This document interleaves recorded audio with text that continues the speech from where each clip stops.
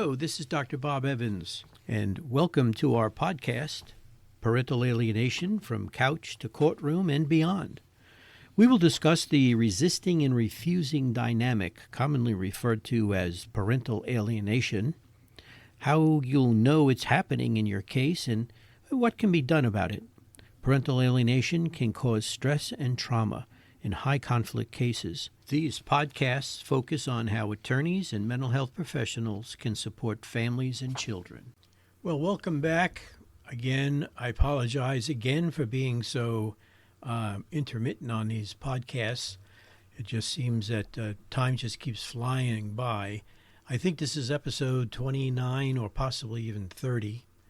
And it's based on an article that I've seen recently published by a lady by the name of Karen Woodall. I've spoken to you before about her. She is a psychotherapist, a writer, a researcher, a trainer in the UK, extremely knowledgeable about this phenomenon of parental alienation, and does a lot of treatment, training. She's very well respected, certainly in my opinion. And so she recently had an article that I wanted to share, which had to do with the phenomenon of splitting. And the title of our article was called Hidden Harm at Home, Splitting in Children in Divorce and Separation. Most of what I'm about to say, or many parts of what I'm about to talk about, are basically from that piece that she just published. I did adapt certain things, probably more in terms of my orientation in parental alienation. And I think it's important. This is a good message for, professionals who have a certain view of adolescents and children, not necessarily just adolescents, but in children, in terms of how the children behave and present themselves. And I think there's a lot of misunderstanding. As Dr. Stephen Miller would say, it's counterintuitive with what we see in these children. And the phenomenon of splitting, where children have making a choice of attaching themselves to one parent, is a very significant phenomenon that needs to be fully understood and taken into consideration. So we talk about splitting in children who align strongly with a parent and reject the other parent after separation. This splitting behavior, the splitting is harmful. It is typically permitted, normalized, and even reinforced by the favored parent. It's frequently normalized by some legal and mental health professionals who maintain that children's rejection of a parent is always because of something the rejected parent has done. And this opinion is commonly associated with a minimization of the favored parent's behavior. So there's a bit of a bias built in of say, well, the child's behaving this way, there must be a good reason. Academics jump into these cases seeking to convince others that their research, and I put those in air quotes, which is mostly based on self-reports. These are the anti-parent alienation crowd, and these are based on their self-reports of primarily from parents, their parents' opinions, the professional, quote, professionals' opinions, and misinformation. And the evidence is that splitting behaviors in children are realistic reactions to child abuse. Let me say that again. Some of these people maintain that the splitting behavior in children are realistic reactions to child abuse. And, of course, it's the rejected parent who's the alleged abuser most of the time. The rejected parent is a human being and will sometimes say things that is inappropriate, especially given the stress and trauma associated with a family law case and what is riding on the outcome, i.e. the relationship with their child. And so targeted rejected parents do things, say things, and that really doesn't help their side of the case sometimes. But the idea is that the professionals involved fail to recognize the transgressions, the rejected parents' transgressions, don't even reach or cannot even reach a threshold where a child expresses anger, hatred, and outrageous disrespect for that parent. So the The assumption is that that parent behaved in such a way that justifies a child saying how angry and disrespectful they are towards a parent. And we're talking about 7, 8, 9, 10-year-olds, 11, 12, 13-year-olds, even teenagers expressing outrageous disrespect for a parent. And somehow or other, that's justified in some people's minds. Well, actually, splitting behavior can be considered a realistic and a normal reaction to what is very abnormal situation, but they are not realistic and normal in terms of the rejection of a parent. The children's behavior can be considered a normal reaction. We'll talk about that. Splitting behavior is realistic and normal in terms of the way that the child's rejection is an attempt to placate and regulate a favored parent who feels frighteningly out of control in a world where the child will do anything to stabilize that parent in order to feel safe. In other words, the child's behavior is a form of adjustment, or in other words, a survival mechanism in a traumatizing situation.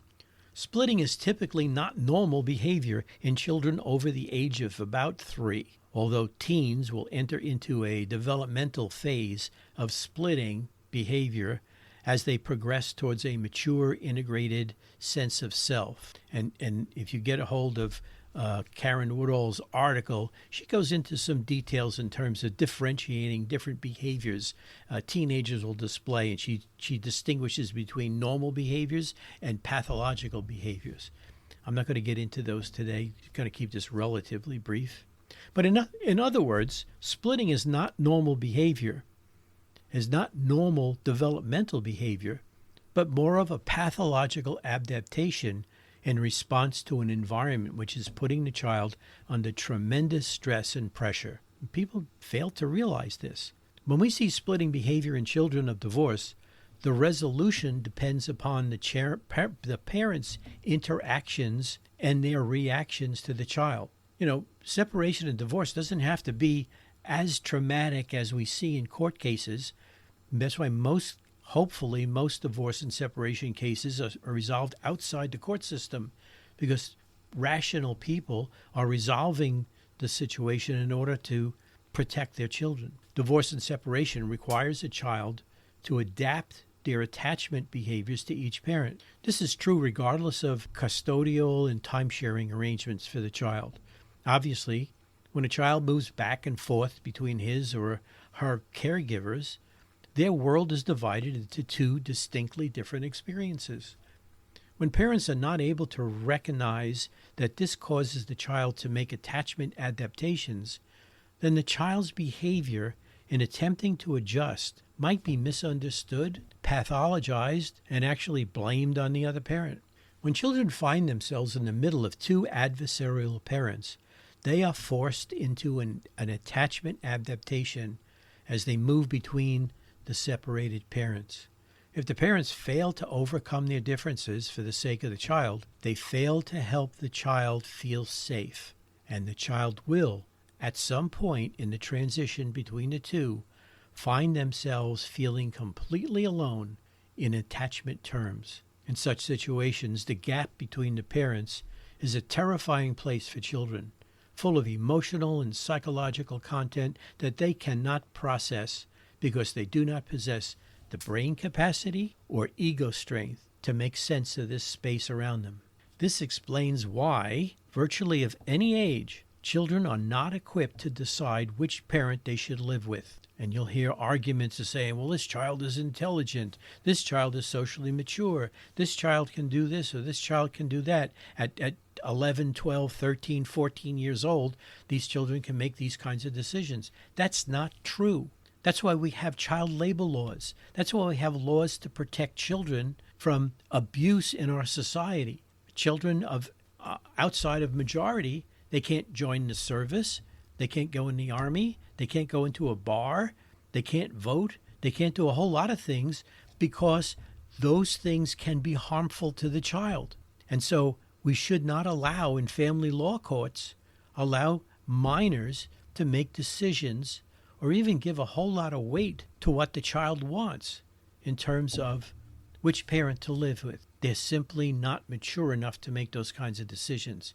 So in addition, it's if as they approach each parent, they carry unresolved issues from the parent they just left. So such as an argument or a cross word or a disapproval, or if they arrive to a parent who is angry, anxious, or otherwise difficult to make sense of, the child has nothing other than their own internal efforts to adapt their attachments to find safety as quickly as they possibly can.